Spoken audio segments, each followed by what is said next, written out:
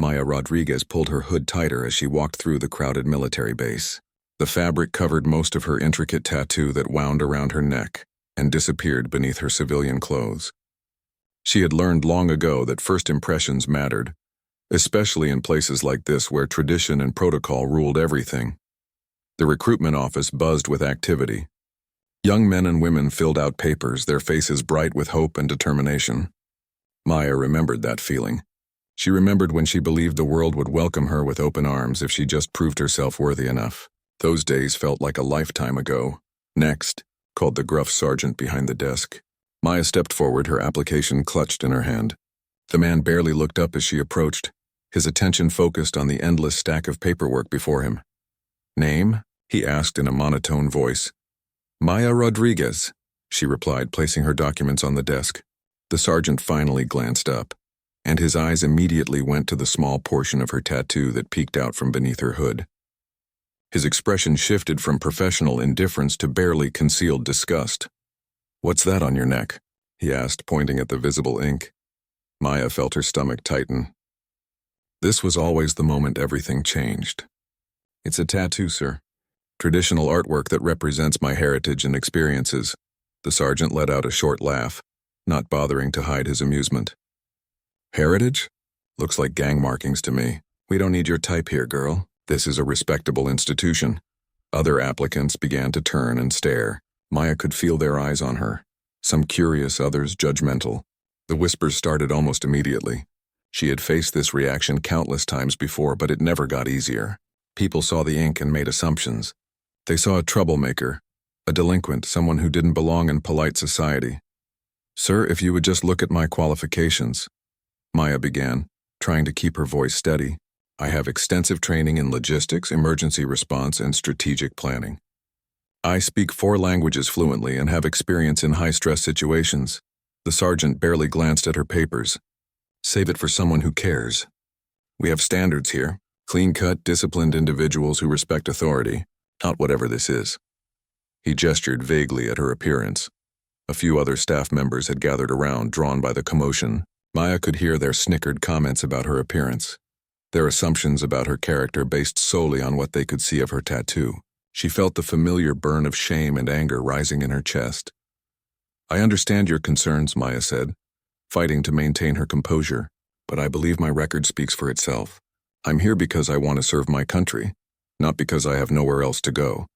"Your record?" The sergeant laughed louder now. "Lady, I don't care if you can juggle flaming torches. Look at yourself. You think we're going to put someone who looks like a criminal in a position of responsibility? This isn't a street corner. This is the United States military." The room had gone quiet except for the occasional whisper or suppressed laugh. Maya felt every eye in the place focused on her. She could leave now, walk away with whatever dignity she had left. It would be easier than enduring this public humiliation, but something inside her refused to back down. "I've never been arrested," she said quietly. "I've never been involved with gangs or criminal activity. I have a clean background check and references from respected members of my community. The artwork on my body tells the story of my journey, my struggles, and my determination to overcome obstacles. It represents strength, not weakness." The sergeant shook his head, clearly enjoying the spectacle he was creating. "Listen, sweetheart, I don't care what fairy tale you want to tell yourself about your body art. The bottom line is this: you don't look like military material. You look like trouble, and we have enough trouble in the world without inviting more of it into our ranks." Maya felt her hands trembling slightly. She had prepared for this rejection, had experienced it before in job interviews and social situations, but somehow having it happen in front of all these people, in a place where she had hoped to find purpose and belonging, made it sting even more. "I'm not asking for special treatment," she said. "I'm asking for the same opportunity as everyone else here, to be judged by my abilities and character, not by your assumptions about my appearance." "Assumptions?" The sergeant stood up now, his voice rising. "Lady, I've been in this business for 20 years. I can spot trouble from a mile away, and you've got trouble written all over you, literally." He pointed again at her tattoo, and several people in the room chuckled. Maya felt the walls closing in around her. This was supposed to be different. The military was supposed to value merit over appearance, substance over style. She had convinced herself that if she could just get through the door, prove her worth, people would see past the surface. But she was learning once again that first impressions were often the only impressions that mattered. The rejection stung not just because of what it meant for her immediate plans, but because of what it represented. Another door closed, another opportunity denied, another reminder that the world saw her as something to be feared or ridiculed, rather than respected. The tattoo that meant so much to her, that told the story of her survival and growth, had become a barrier she couldn't overcome. As she stood there, surrounded by stares and whispers, Maya made a decision that would change everything. But first, she would have to endure this moment of public humiliation, this reminder of how quickly people could dismiss her based on a single glance. The laughter in the recruitment office grew louder as more people gathered to watch the spectacle. Maya stood frozen, feeling the weight of every mocking glance and whispered comment. She had faced discrimination before, but never in such a public and humiliating way. The sergeant seemed to be enjoying his role as the gatekeeper, the protector of military standards against undesirable elements like her. "Look, miss," he said with exaggerated patience, "why don't you try the local tattoo parlor? I'm sure they're hiring. Or maybe a motorcycle shop. Somewhere more suited to your aesthetic choices." The crowd erupted in laughter again. Maya felt her cheeks burning with embarrassment and anger. She had spent years preparing for this moment, studying military history, learning about leadership and strategy, improving her physical fitness. None of that mattered now. All they could see was the ink on her skin. A young man near the back of the crowd called out, "Hey, what's that tattoo supposed to be anyway? Some kind of gang symbol?" His friends laughed and nudged each other, treating Maya's pain like entertainment. "It's probably her rap sheet," another voice added. "Each mark for every crime she committed." Maya closed her eyes for a moment, trying to block out the cruel words. The tattoo they were mocking so casually represented the most difficult period of her life. It told the story of survival, of overcoming trauma, of finding strength in the darkest moments. But to these people it was just something to ridicule.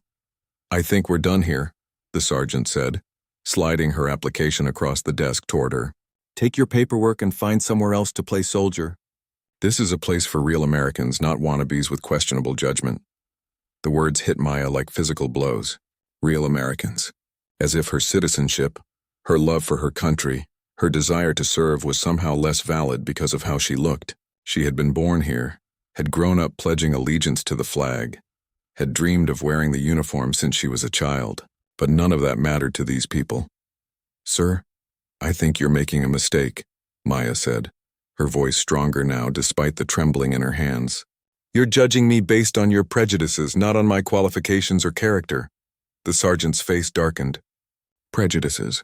Lady, I'm looking at facts. Fact 1, you have gang markings on your neck. Fact 2, you don't look or act like military material. Fact 3, we have standards here and you don't meet them. End of discussion." A woman in the crowd whispered loudly enough for everyone to hear. "I bet she doesn't even have a high school diploma. Probably never held a real job in her life."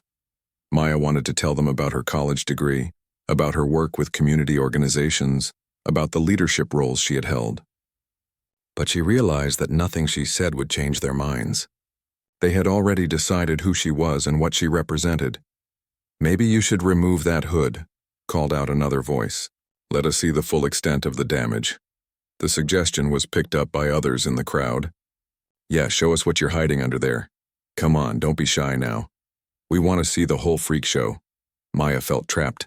Leaving now would feel like running away, but staying meant enduring more humiliation. She thought about all the other doors that had been slammed in her face, all the opportunities denied because people couldn't see past her appearance. This was supposed to be different. The military was supposed to value courage, determination, sacrifice. But it seemed like they were just as narrow-minded as everyone else. The sergeant leaned back in his chair, clearly enjoying the show. "You know what? They're right. If you're going to waste our time, at least give us the full picture. Let's see what other poor choices you've made." Maya's hand moved instinctively to her hood. Beneath it lay the complete story of her journey, artwork that represented pain and healing, loss and growth, despair and hope. But to these people it would just be more evidence of her unworthiness. "I don't think that's necessary," she said quietly. "Oh, but I do," the sergeant replied. "See, you came in here asking to join our ranks to be trusted with the defense of this nation. The least you can do is be honest about who you are. No hiding, no secrets. The crowd pressed closer, their anticipation almost palpable. They wanted a show, wanted to see how far they could push this outsider before she broke. Maya realized that this moment would define not just her immediate future, but how she saw herself. She could walk away defeated, or she could stand her ground and face whatever came next. The room grew quiet, waiting for her decision. Maya's fingers trembled at the edge of her hood. Everything she had worked for, everything she had hoped to achieve seemed to hang in the balance. The sergeant watched her with a smug smile, confident that he had won this battle of wills. But Maya had faced worse than this crowd of strangers. She had survived things that would have broken many people, and she was beginning to realize that maybe it was time to stop hiding from who she was and what she had overcome. Maybe it was time to show them exactly what they were rejecting. Maya's fingers gripped the edge of her hood as the crowd watched with hungry eyes. The sergeant leaned forward, his smug expression growing wider with each passing second. He thought he had won, thought he had successfully humiliated her into submission. The others in the room whispered and pointed, treating her pain like entertainment at a circus. "Come on now," the sergeant taunted. "Don't keep us waiting. Show us what kind of person we're dealing with here." Maya took a deep breath and made her decision. If they wanted to judge her based on her appearance, then they would see everything. She slowly reached up and pulled back her hood, revealing the full extent of the intricate artwork that covered her neck and disappeared into her hairline. The reaction was immediate and explosive. Gasps echoed through the room, followed by cruel laughter and shocked exclamations. The tattoo was unlike anything most of them had ever seen. It wasn't the crude prison artwork or gang symbols they had expected. Instead, it was an elaborate masterpiece that told a story across her skin in stunning detail. "Oh my God," someone whispered. "Look at that thing." "It's like her whole neck is covered," another voice added with disgust. The sergeant stood up to get a better look, his expression shifting from amusement to revulsion. "Sweet Jesus, what were you thinking? You look like you crawled out of a comic book." Maya stood perfectly still as they stared and pointed. She had prepared herself for this moment, but the reality of their judgment still stung. The artwork they were mocking so casually had taken months to complete and represented the most transformative period of her life. "Is that supposed to be some kind of warrior woman?" a young recruit asked, squinting at the detailed imagery. "More like a gang initiation gone wrong," his friend replied, causing another wave of laughter. The sergeant walked around his desk to get a closer look, his face twisted with disgust. "This is even worse than I thought. What kind of respectable institution would accept someone who did this to themselves? You've turned your body into a billboard for bad decisions." Maya felt the familiar shame washing over her, but underneath it was something else. Anger. These people were judging something they didn't understand. Mocking art that represented her survival and strength. They saw only the surface and assumed the worst about her character. "Do you have any idea how this makes you look?" the sergeant continued.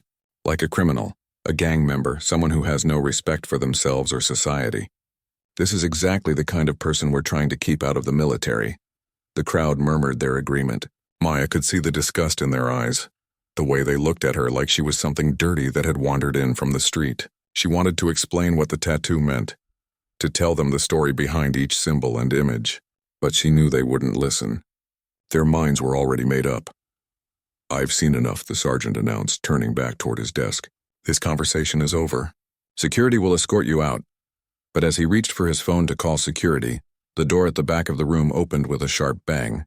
Everyone turned to see who had entered, and the atmosphere in the room changed instantly. Maya couldn't see who it was from her position, but she could feel the shift in energy as conversations stopped and people began to straighten up.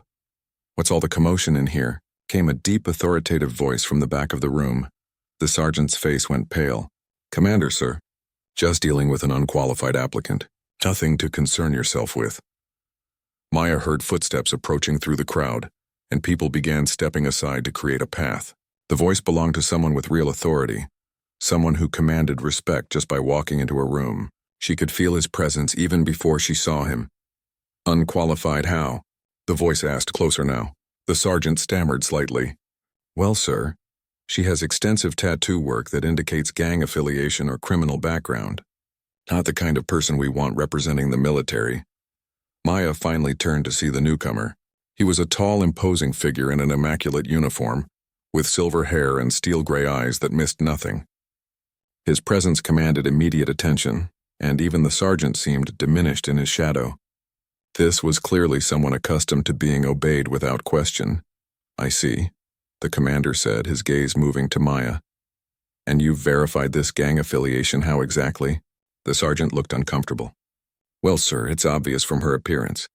The tattoo work, the way she carries herself. I mean, look at her." The commander's eyes locked onto Maya's, and she felt like he was seeing straight through her. But there was something different in his gaze. Not the disgust or amusement she had grown accustomed to, but something else. Something that looked almost like recognition. "Miss, would you mind stepping forward?" he asked in a calm but commanding tone. Maya moved closer, acutely aware that every eye in the room was following her movement. The commander studied her face for a long moment. Then his gaze moved to her tattoo. His expression remained unreadable, but Maya noticed something change in his posture. A subtle tension, as if he had seen something unexpected. The room remained silent, waiting to see what would happen next. The sergeant looked confident that his assessment would be validated by his superior. The crowd expected to see Maya escorted out in disgrace, but Maya sensed that something was about to shift in her favor, though she couldn't understand why. Commander James Harrison had seen his share of battles, both on foreign soil and in bureaucratic offices. He had commanded elite units through dangerous missions and guided young soldiers through their darkest moments. But as he studied the intricate tattoo covering Maya's neck, he felt something he rarely experienced: complete shock. The artwork was not what anyone in the room thought it was. Hidden within the elaborate design, visible only to someone who knew what to look for, were symbols that made Harrison's blood run cold. They were military insignia, but not from any standard unit. These were markings that belonged to the most classified operations the military conducted. Symbols that were never supposed to exist outside of heavily secured facilities. "Sergeant," Harrison said quietly, never taking his eyes off Maya, "clear the room now." The sergeant looked confused. "Sir, I don't understand. We were just about to remove this individual from the premises." "I said clear the room," Harrison repeated, his voice carrying the weight of absolute authority. "Everyone out. This conversation is classified." The crowd began to murmur with confusion and disappointment. They had been expecting a spectacle, a public humiliation that would end with Maya being dragged away in shame. Instead, they were being dismissed just as things were getting interesting. "But sir," the sergeant protested, "this woman is clearly unsuitable for military service." "Her appearance alone—" "Sergeant," Harrison cut him off sharply. "You have 30 seconds to clear this room, or you'll be looking for a new career. Move." The authority in his voice left no room for argument. People began filing out reluctantly, casting curious glances back at Maya as they left. The sergeant gathered his paperwork with obvious frustration, clearly unhappy about being denied his moment of triumph. Within minutes, the room was empty except for Maya and the commander.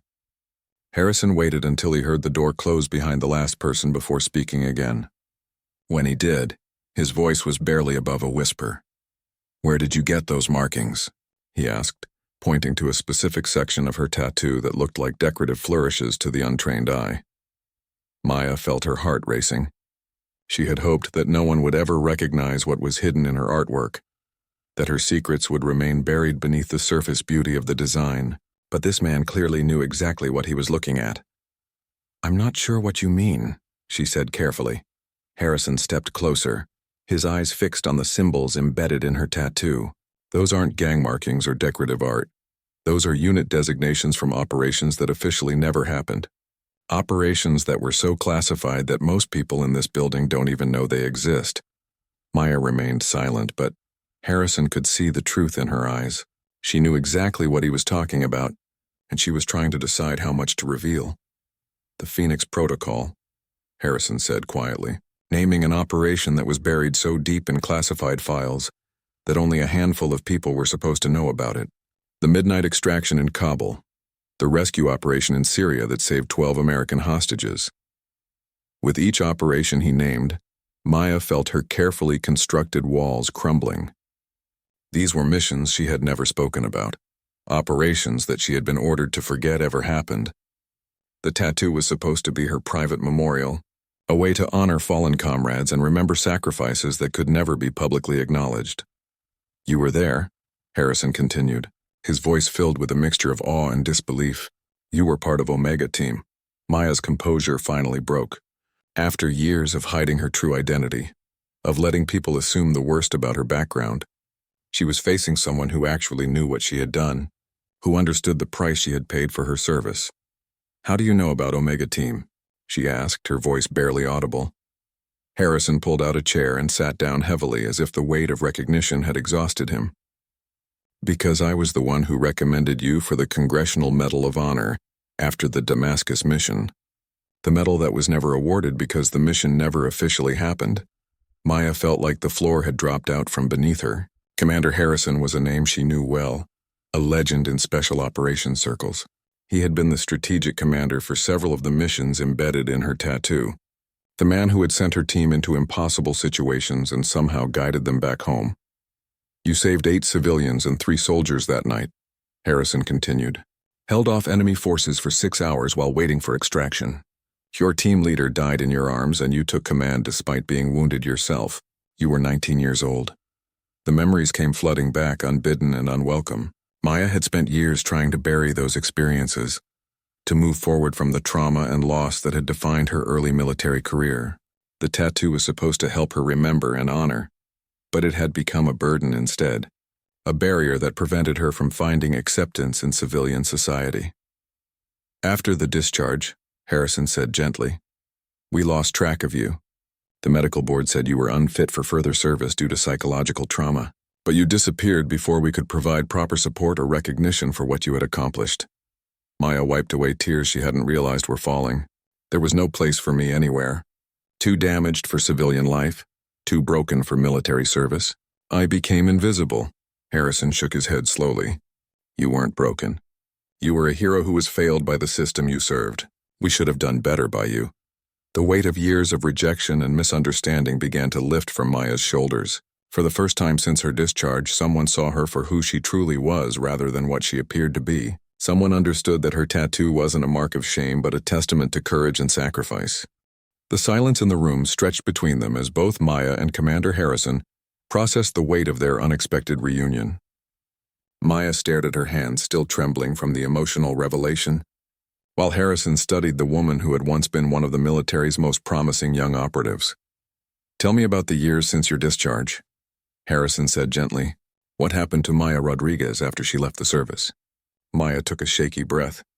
I tried to find my place in the civilian world. Applied for jobs, went to college, attempted to build a normal life. But everywhere I went, people saw the tattoo and made assumptions. They saw a troublemaker, a criminal, someone to be avoided. You could have had it removed, Harrison observed. No, Maya said firmly, touching her neck protectively. This tattoo tells the story of people who died serving their country. Removing it would be like erasing their memory. They deserved better than to be forgotten. Harrison nodded with understanding. He had served long enough to know the weight of carrying fallen comrades' memories. So you've been living with the burden of their sacrifice while being unable to share the honor of your service. Every job interview ended the same way, Maya continued.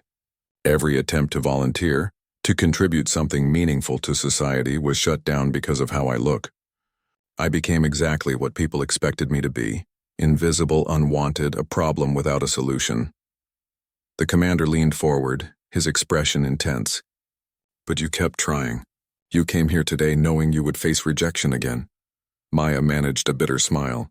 I guess old habits die hard. Part of me still believes in the ideals I fought for, even when the system that taught me those ideals rejects me. Harrison stood up and walked to the window, looking out at the training grounds where young recruits practiced drills under the afternoon sun. I've been thinking about you over the years, wondering what happened to the young soldier who showed such incredible courage under fire. I always regretted that we couldn't properly recognize your service. It doesn't matter anymore, Maya said quietly. That person is gone. I'm just trying to find a way to move forward. That person isn't gone, Harrison said, turning back to face her. She's sitting right here, still fighting, still trying to serve despite everything that's been thrown at her. That takes a different kind of courage than what you showed in Damascus, but it's courage nonetheless. Maya felt fresh tears threatening to fall. After years of being seen as worthless, Hearing validation from someone who understood her true value was overwhelming. "The sergeant out there," Harrison continued. "He sees your tattoo and assumes gang affiliation because that's the limit of his imagination. He can't conceive that someone who looks like you could be a decorated veteran who saved American lives. His narrow thinking is exactly what's wrong with our recruitment process." "So what happens now?" Maya asked. "Do I get escorted out quietly instead of publicly?" Harrison walked back to the desk and picked up Maya's application, studying it carefully for the first time. "Your qualifications are impressive. College degree in international relations, fluency in 4 languages, volunteer work with veteran support organizations. You've been productive despite the obstacles you've faced." "None of that mattered to your sergeant," Maya pointed out. "My sergeant is about to learn an important lesson about making assumptions," Harrison said grimly. "But more importantly, we need to discuss your future. The military has changed since your discharge.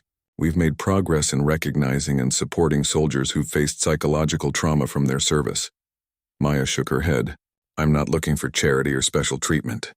I just wanted a chance to serve again, to find purpose in something meaningful." "This isn't charity," Harrison said firmly.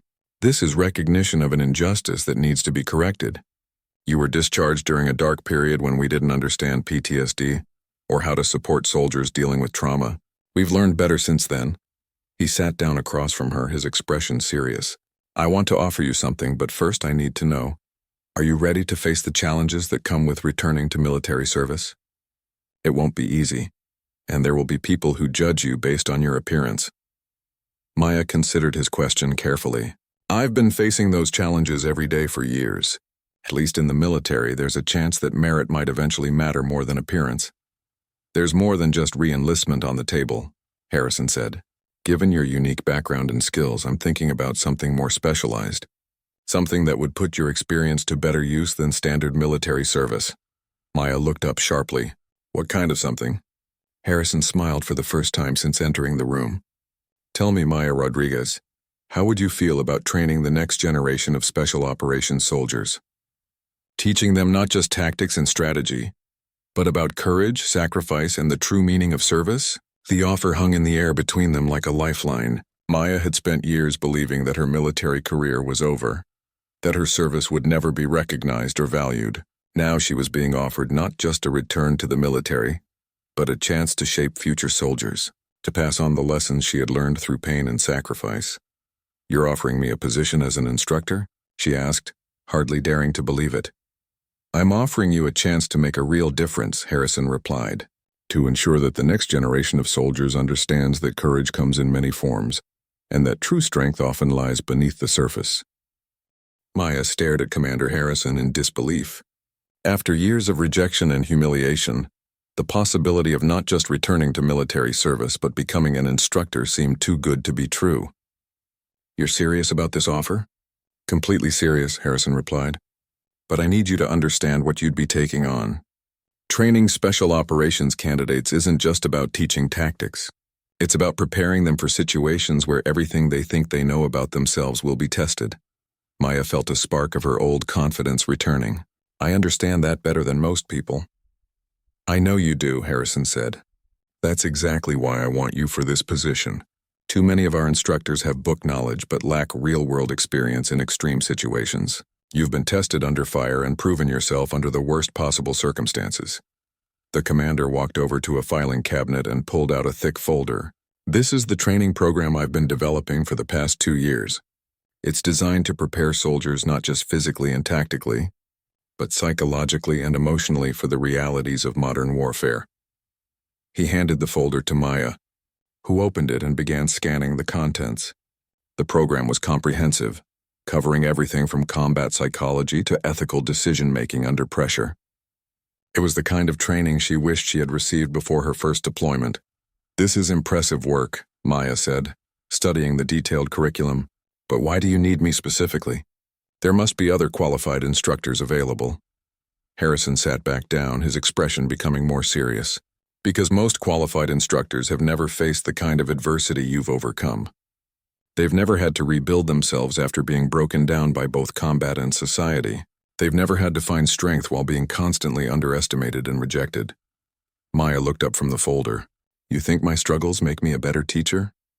I think your struggles have given you insights that can't be taught in any classroom, Harrison replied.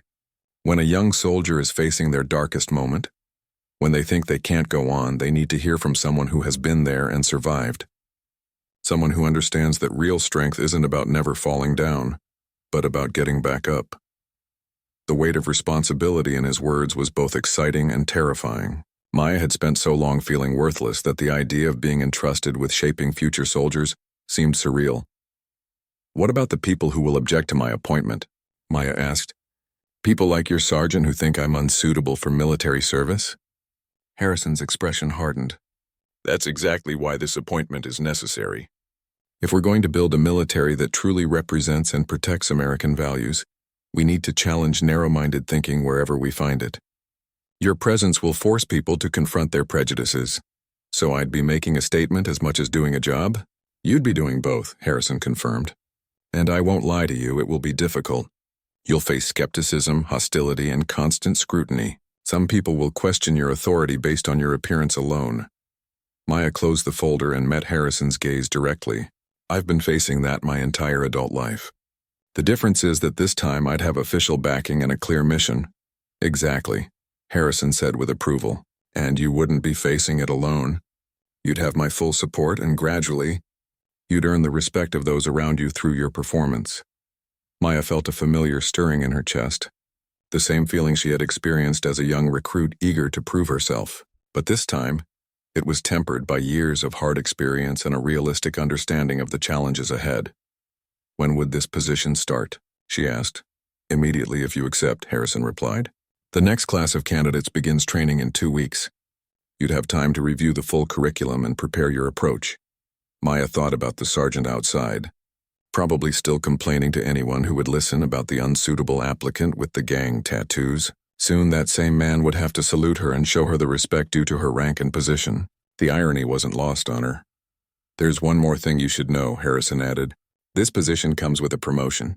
You'd be returning to active duty as a captain, with full recognition of your previous service record. Maya felt her breath catch. Not only was she being offered a chance to serve again, but she was being given the rank and recognition that had been denied to her years earlier. It was more than she had ever dared to hope for. I need to ask you something directly, Maya said. Is this offer legitimate, or is it some kind of charity case meant to make you feel better about what happened to me years ago? Harrison leaned forward, his expression intense. Maya, I don't make charity appointments to special operations training programs. This position requires someone with exceptional skills, experience, and mental toughness. I'm offering it to you because you're the best candidate I can find, not because I feel sorry for you. The conviction in his voice convinced Maya that this opportunity was real. After years of being judged solely by her appearance, someone was finally seeing her true value and offering her a chance to use her abilities for something meaningful. In that case, Maya said, standing up and extending her hand to Harrison, I accept your offer. Commander. Harrison stood and shook her hand firmly. Welcome back to active duty, Captain Rodriguez. I think you're going to make a significant impact on the next generation of soldiers. As they shook hands, Maya felt like she was finally coming home after years of wandering in the wilderness.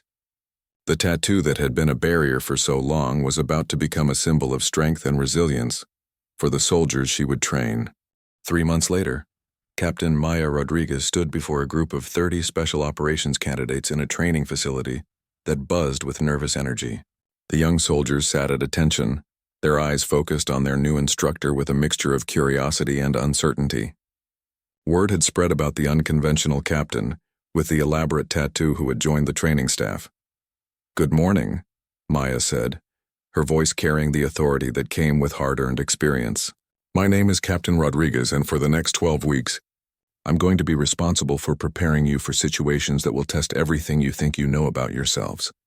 She could see some of the candidates exchanging glances, clearly surprised by her appearance. But unlike the crowd in the recruitment office months earlier, these soldiers had been instructed to keep their opinions to themselves and focus on learning. I know what some of you are thinking, Maya continued, touching her neck where the tattoo was clearly visible. You're wondering what someone who looks like me is doing in front of you, teaching military tactics and strategy. The room remained silent, but Maya could feel the tension. She had expected this moment and had prepared for it carefully. Let me share something with you, she said, beginning to pace slowly in front of the group. In Damascus, Syria, I was part of a rescue operation to extract American hostages from a heavily fortified compound. The mission went wrong from the start. Our intelligence was faulty, our extraction point was compromised, and we found ourselves outnumbered 10-1. She had their attention now. The candidates leaned forward slightly, drawn in by the promise of a real combat story. My team leader was killed in the first 5 minutes of the firefight, Maya continued. I was 19 years old, had been in combat for less than a year, and suddenly I was responsible for keeping 8 civilians and 2 wounded soldiers alive while enemy forces surrounded our position. Maya stopped pacing and faced the group directly. For 6 hours we held that position. I made decisions that saved lives and cost lives. I watched good people die, and I did things that will haunt me for the rest of my life. When extraction finally came, I was the only member of my team who could still walk. The room was completely silent now. Even the most skeptical candidates were hanging on her every word. The artwork on my neck tells that story, Maya said, her voice steady despite the emotional weight of her words. It honors the soldiers who didn't come home, commemorates the civilians we saved, and reminds me every day of the responsibility that comes with wearing this uniform. She let that sink in for a moment before continuing. Some of you looked at me when I walked in here and made assumptions. You saw someone who didn't fit your image of what a military instructor should look like. That's a mistake that could get you killed in the field. Maya pulled up a chair and sat down, making herself more accessible to the group. In combat, you don't get to choose what your allies look like. You don't get to judge your enemies by their appearance. Success depends on your ability to see past the surface and identify real threats and real assets. A young soldier in the front row raised his hand tentatively. Ma'am, how do we learn to see past first impressions? Maya smiled, recognizing the genuine desire to learn in his question. By understanding that strength comes in many forms, and that the most dangerous assumptions are the ones we make about people we don't understand. She stood up and began writing on the whiteboard behind her. Your first assignment is to research a historical military figure who defied conventional expectations. Someone who didn't look the part but changed the course of military history. You'll present your findings to the group next week. The candidates began taking notes, their initial skepticism replaced by professional attention. Maya could see that she was winning them over, not through her rank or authority, but through her knowledge and experience. Before we begin today's tactical training, Maya said, I want each of you to think about a time when someone underestimated you. How did it feel? How did you prove them wrong? Understanding that feeling will make you better soldiers and better human beings. As the training session progressed, Maya watched her students with pride and satisfaction. They were learning not just combat techniques and strategic thinking, but important lessons about prejudice, assumptions, and the true nature of strength. During a break, Sergeant Martinez approached her. It was the same sergeant who had tried to have her removed from the recruitment office months earlier. His attitude had changed dramatically since learning about her background and appointment. Captain Rodriguez, he said with obvious respect, I owe you an apology for my behavior during your initial visit. I made assumptions based on ignorance and I was wrong. Maya studied his face, seeing genuine remorse there. Sergeant, we all make mistakes. What matters is what we learn from them. I've been watching your training sessions, he continued. The candidates respect you, and more importantly, they're learning things that will keep them alive. You're making a real difference. As Maya looked out at the training ground where her students were practicing the techniques she had taught them, she felt a deep sense of fulfillment. The tattoo that had been a barrier for so long had become a bridge, connecting her painful past to a meaningful future.